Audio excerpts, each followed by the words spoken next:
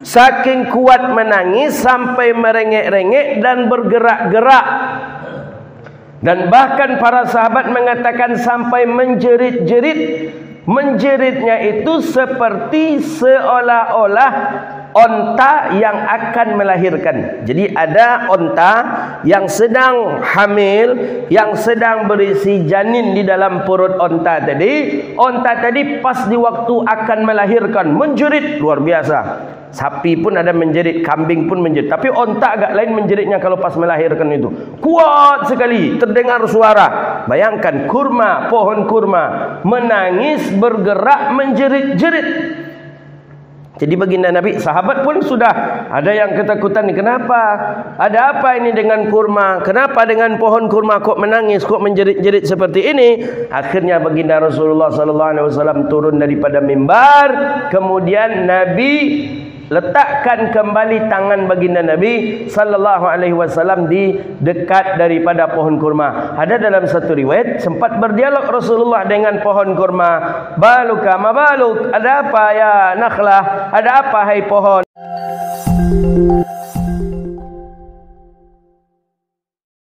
Hadis daripada Abil Abbas As-Sahl ibni Sa'din As-Sa'idi radhiyallahu taala an.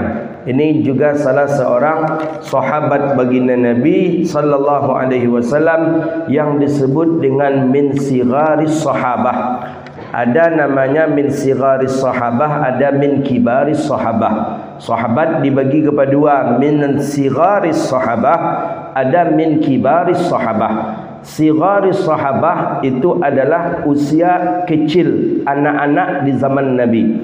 Jadi di zaman Rasulullah dia masih remaja atau masih anak-anak 20 tahun ke bawah usianya, itu disebut dengan sighar as-sahabah. Itu di dalam catatan daripada ulama ahlul hadis.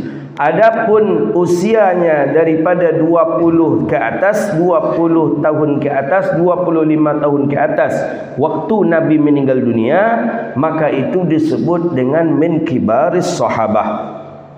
Jadi ada min sigharis sahabah, ada min kibaris sahabah. Sighar orang yang dianggap masih kecil dari golongan sahabat, kibar orang yang masih besar dari golongan sahabat baginda Nabi sallallahu alaihi wasallam. Maka seperti Anas bin Malik, kemudian seperti Abdullah bin Zubair, kemudian seperti Sayyidina Hasan Hussein, juga ada yang mengatakan seperti itu masuk ke kategori daripada min sigharis sahabah. Termasuklah daripada Sahal ibni Sa'ad As-Sa'idi.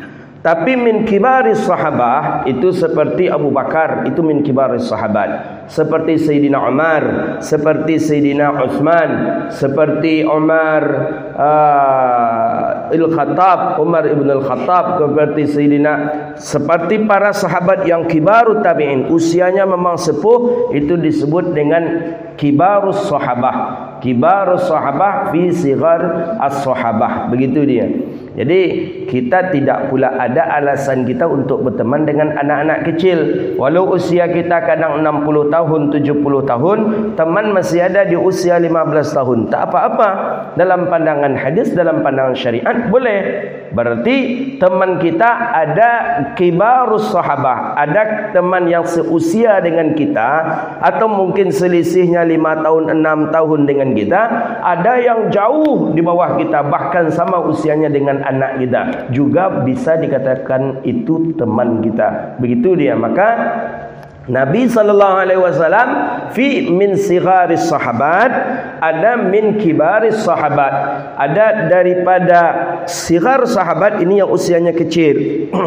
Ada yang min kibaris sahabat yang usianya besar. Bahkan Sayyidina Anas bin Malik itu mungkin seusia juga dengan para sahabat-sahabat yang seusia dengannya, masih kecil, dianggap dan dimasukkan ke kategori daripada min sigharis as-sahabat, daripada orang yang kecil dari sahabat. Tapi pada intinya tetap berkedudukan sebagai sahabat Nabi sallallahu alaihi wasallam. Jadi begitu dia. Ini bukan berarti ya dalam pandangan Islam ya, dalam pandangan Islam sahabat ada min kibaris sahabat, ada min sigharis sahabah. Abul Abbas beliau disebut dengan Sahal ibni Sa'di As-Sa'idi. Siapa beliau ini? Sahabat Nabi sallallahu alaihi wasallam yang lahir 8 tahun menjelang hijrahnya Nabi dari Makkah ke Madinah. Sebelum Nabi hijrah dari Makkah ke Madinah, 8 tahun sebelum itu lahirlah seorang yang bernama Sahal ibni Sa'd As-Sa'idi. Ada yang mengatakan 5 tahun menjelang Nabi hijrah dari Makkah ke Madinah barulah beliau lahir. Beliau lahir di Madinah, asli penduduk Madinah. Itulah Sahal ibni Sa'd As-Sa'idi. Namanya dulu tidak Sahal. Sahal itu artinya mudah, sahlun, mudah. Sahal, mudah, murah. Dulu namanya Haznun. Haznun itu sedih, berduka cita. Jadi siapa nama kata Rasulullah? Haznun. Haznun itu tak bagus nama. Haznun atau Haznan. Haznun. Itu orang yang selalu sedih, orang yang selalu gundah, orang yang selalu berduka cita. Maka digantilah namanya oleh Rasulullah dengan nama Sahal. Sahal As-Sa'idi, orang yang selalu mudah, orang yang selalu ceria, dan orang yang selalu gembira. Itulah dia Sahal ibni Sa'd As-Sa'idi. Beliau akhir daripada matam sahabatun fil Madinah, akhir daripada sahabat Nabi yang wafat di Madinah beliau. Jadi beliau cukup lama hidup di Madinah. Jadi hidup, lahir di Madinah, wafat di Madinah, dan beliau sahabat yang paling terakhir wafat di Madinah. Sahabat yang paling terakhir wafat di Madinah itu adalah Sayyidina Sahal ibni Sa'd As-Sa'idi. Itulah beliau yang terakhir wafat di Madinah dari golongan sahabat Nabi sallallahu alaihi wasallam. Banyak perjalanan sejarah kalau kita baca riwayat-riwayat hadis tentang beliau ini. Termasuklah beliau salah satu daripada orang yang melihat pohon menangis, pohon kurma yang menangis yang tidak lagi dipegang oleh Rasulullah sallallahu alaihi wasallam dalam berkhutbah. Hadis riwayat daripada Imam Bukhari juga ada hadisnya. Para ulama ahlul hadis banyak meriwayatkan hadisnya. Jadi biasanya Nabi kalau berkhutbah, Nabi pegang kurma, pohon kurma, dan kadang-kala Nabi menyandar ke pohon kurma dalam berkhutbah. Khutbah Jumat, mimbar belum ada. Orang tak banyak pandai bertukang. Yang membuat mimbar tu tak ada yang pandai. Pertama, kemudian yang kedua, bentuk mimbar tu belum terbayang. Entah macam kursi saja kemudian Nabi berdiri di atasnya, atau mungkin seperti apa, belum terbayang oleh para sahabat Nabi sallallahu alaihi wasallam. Gambaran mimbar itu seperti apa belum ada zaman itu. Jadi ketika Sahal ibni Sa'd As-Sa'idi, Nabi ketika itu sudah, orang pun sudah mulai banyak. Kalau sekedar berdiri saja di dekat pohon kurma, tak nampak oleh orang-orang yang di belakang baginda Rasulullah sallallahu alaihi wasallam. Makanya dalam khutbah Jumat itu, stami'u wa ansitu, dianjurkan kita mendengar, dianjurkan kita diam. Istami'u wa ansit, ansit ma'an nazar, diam sambil memandang ke wajah khatib, itu lebih afdal. Jadi kita jemaah, afdalnya itu diam, dengarkan ucapan khatib, kemudian sambil memandang ke wajah khatib. Itu disunahkan itu. Itu dianjurkan. Maka di dalam ayat itu kan jelas tu, ya ayyuhalladzina amanu idza nudiya lis-salati min yaumil jum'atin fas'au ila dzikrillah. Bukan dalam ayat yang lain. Wa idza quri'al qur'anu fastami'u lahu wa ansitu la'allakum turhamun. Bahwa kita dianjurkan untuk istami'u. Istami'u itu fokuskan perhatian kita kepada yang dibaca khatib, kepada apa yang disampaikan oleh khatib. Istami'u, fokuskan apa yang dibaca oleh khatib.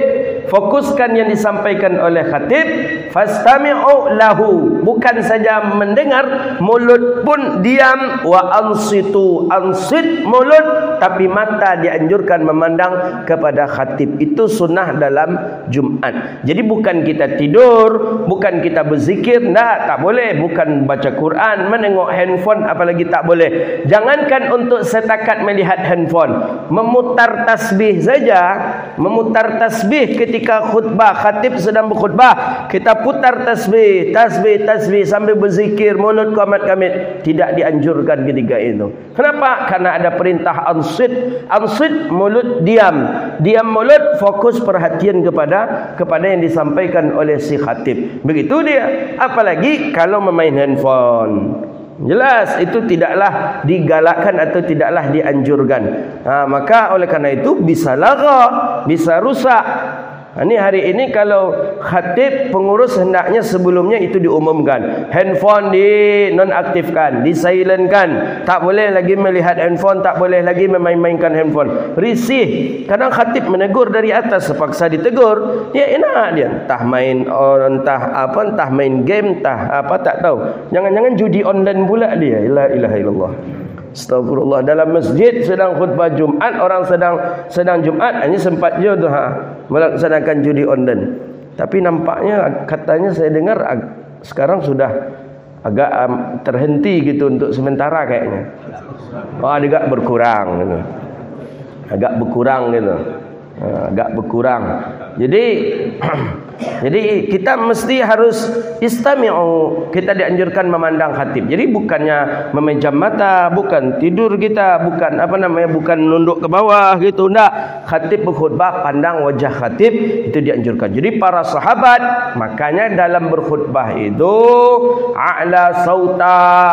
Zaman Nabi macam mana cara sahabat bisa tidur? Nabi ahmaru wajhah. Nabi dalam berkhutbah merah wajahnya, a'la sautah, tinggi suaranya. Kapan waktu tidur bagi sahabat?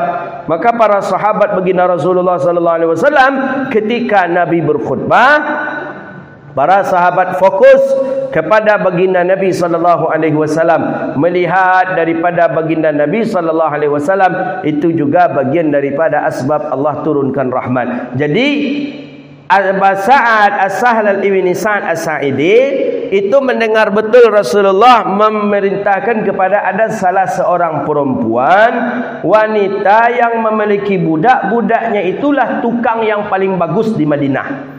Tukang yang paling bagus di Madinah itu seorang budak milik daripada seorang perempuan. Jadi kata Rasulullah kepada perempuan ini, perempuan mukminat, perempuan muslimat, boleh enggak minta buatkan kepada, dalam satu riwayat memang Nabi yang menawarkan, kita buatkan mimbar untuk khutbah. Dalam satu riwayat mereka yang sudah membuatkan, kemudian mereka letakkan. Tapi memang banyak yang dalam riwayat hadis itu Nabi yang menyampaikan, buat mimbar untuk khutbah. Dicobalah merancang, tak terbayang seperti apa. Apakah seperti podium, di depannya ada tutupan yang macam yang lama itu? Apakah seperti apa mimbar itu? Dicobalah dirakit oleh seorang budak ini, dicobalah berupa tangga saja. Jadi macam kita naik rumah, tangga saja, 3 tangga. Tak ada di samping, tak ada di belakang, cuma 3 tangga itu saja yang dibuatkan, 3 macam tangga. Kemudian di belakangnya dibuat seperti untuk tempat baginda Nabi sallallahu alaihi wasallam duduk. Ketika itu sudah selesai, diletakkanlah itu di dekat daripada pohon kurma, tapi tak menyentuh pohon kurma lagi. Tetap posisinya Nabi khutbah menyandar ke pohon kurma biasanya, tapi ini digeser sedikit. Tidak mengenai daripada pohon kurma. Ketika Nabi berkhutbah, khutbah Nabi sallallahu alaihi wasallam, khutbah Jumat Rasulullah sallallahu alaihi wasallam, maka menangislah daripada pohon kurma. Itu hadisnya sahih dan sahabat pun banyak mendengarnya, termasuklah Sahal ibni Sa'ad As-Sa'idi. Saking kuat menangis sampai merengek-rengek dan bergerak-gerak. Dan bahkan para sahabat mengatakan sampai menjerit-jerit Menjeritnya itu seperti seolah-olah onta yang akan melahirkan. Jadi ada onta yang sedang hamil, yang sedang berisi janin di dalam perut onta tadi. Onta tadi pas di waktu akan melahirkan, menjerit luar biasa. Sapi pun ada menjerit, kambing pun menjerit. Tapi onta agak lain menjeritnya kalau pas melahirkan itu. Kuat sekali, terdengar suara. Bayangkan kurma, pohon kurma menangis, bergerak, menjerit-jerit. Jadi baginda Nabi, sahabat pun sudah ada yang ketakutan. Kenapa? Ada apa ini dengan kurma? Kenapa dengan pohon kurma kok menangis, kok menjerit-jerit seperti ini? Akhirnya baginda Rasulullah SAW turun daripada mimbar. Kemudian Nabi letakkan kembali tangan baginda Nabi SAW di dekat daripada pohon kurma. Ada dalam satu riwayat sempat berdialog Rasulullah dengan pohon kurma. Baluka ma baluk, ada apa ya nakhlah? Ada apa hai pohon? Ada apa denganmu? Jadi kata pohon, apa salah aku ya Rasulullah? Apa dosa aku? Kenapa engkau tak lagi memegang aku? Kenapa engkau tak lagi menyandar kepadaku? Kata kurma tadi. Kemudian itulah Nabi SAW mengatakan, anta syajaratun fil jannah. Dalam satu riwayat, engkau adalah salah satu pohon yang ada di surga. Jadi Nabi memberi kabar gembira kepada pohon itu. Kemudian pohon itu pun diam dan tenang. Bayangkan pohon saja rindunya luar biasa kepada baginda Rasulullah SAW. Masa kalah kita dengan pohon? Kita tak ada pohon, tak ada kait mengaitnya dengan baginda Rasulullah. Cuman karena pernah disentuh Nabi, karena pernah Nabi menyandar kepada pohon tadi. Pohon saja mendapatkan bagian daripada jaminan surga sudah senang. Bagaimana dengan kita kira-kira? Kenapa kita tidak senang? Kenapa kita masih mengklaim orang yang masuk neraka, kita saja yang masuk surga? Tak boleh. Maka oleh karena itu, kullu ummati, teks hadis jelas dalam Sahih Muslim, pakai kalimat kullu ummati yadkhulul jannah. Setiap umatku dakhalal jannah, setiap umatku masuk surga, kata Nabi. Ada kalimat kullu di sana. Jadi tidak seluruh umat Nabi Muhammad, selagi dia mengucapkan kalimat asyhadu an la ilaha illallah wa asyhadu anna Muhammadar Rasulullah, dakhalal jannah, kita masuk surga. Kita sudah dijamin Rasulullah masuk surga. Mengapa kita harus berkecil hati? Jangan pedulikan orang yang mengatakan orang yang melakukan ini masuk neraka. Nabi dari dahulu sudah menjamin kita masuk surga. Jadi kata Abi Zar, apa kata Abi Zar? Wa in zana wa in saraqa, sekalipun dia berzina, sekalipun dia mencuri ya Rasulullah. Kata Nabi, wa in zana wa in saraqa, sekalipun dia berzina, sekalipun dia pencuri, dia akan masuk surga. Diulang balik oleh Abi Zar Al-Ghifari, wa in zana wa in saraqa, walaupun dia berzina, walaupun dia mencuri, walaupun berzina, walaupun mencuri. Diulang balik, wa in zana wa in saraqa, sekalipun dia berzina, sekalipun dia mencuri ya Rasulullah, walaupun dia berzina, walaupun dia mencuri, tetap dia dapat perolehan masuk surga daripada Allah Subhanahu wa taala. Kali yang keempat ditanya oleh Abi Zar, wa in zana wa in saraqa. Jadi jawaban Nabi, walaupun Abi Zar tidak percaya, kata Rasulullah. Jadi baru berhenti dia. Jadi memang tak percayanya awalnya dah. Ya masa orang berzina, orang mencuri masih ada peluang masuk surga. Berapa hendaknya luas rahmat Allah Subhanahu wa taala. Maka kan disebutkan di hadis sebelumnya, sebanyak apapun dosa kita, walaupun penuh ada sama, penuh daripada langit ini, bumi ini oleh dosa kita, kemudian kita datang kepada Allah untuk minta ampun, Allah akan mengampuni segala dosa kita. Kan sudah disebutkan di dalam riwayat hadis ini. Jadi tak ada istilahnya sok suci, itu tak ada dalam Islam. Kita saja yang hebat, kita saja yang suci, kita saja orang yang beramal soleh. Tak ada. Ada masanya kita sedang beramal soleh, orang sedang maksiat. Bisa saja orang yang ahli maksiat menjadi orang yang taat, kita yang sedang taat pun jatuh ke dalam maksiat. Maka itulah ya muqallibal qulub, hai yang membolak-balikkan hati, ya muqallibal qulub, tsabbit qulubana ala dinika wa ala taatik. Tetapkanlah daripada ketaatan, tetapkanlah hati kami dengan taat dan dekat kepadamu ya Allah. Jadi kita yang sedang soleh hari ini tak usah sombong. Jangan pandang hina pula kepada orang yang belum saleh. Bisa saja orang tu belum saleh, bisa nanti orang tu lebih saleh, kita pun sedang bergelimang dalam maksiat, naudzubillah. Maka oleh karena itu tidak ada jaminan satu pun kita yang ketika wafat nanti dalam keadaan husnul khatimah, tak ada. Maka bagaimana? Itulah usaha dan upaya ikhtiar. Kita datang ke majlis ilmu ini ikhtiar. Kita datang, kita salat berjamaah ke masjid, itu ikhtiar. Ikhtiar usaha. Ketika usaha itu, tapi kan memang bahasa orang kita kan usaha tidak mendusta apa? Hasil tidak mendustakan usaha. Apa itu? Atau sebaliknya itu, bahwa menentukan usaha menentukan akan hasilnya. Ketika kita usaha dengan mujahadah, dengan bersungguh-sungguh, insyaallah hasilnya pun akan kita peroleh dengan nilai imtiaz yang sempurna insyaallah.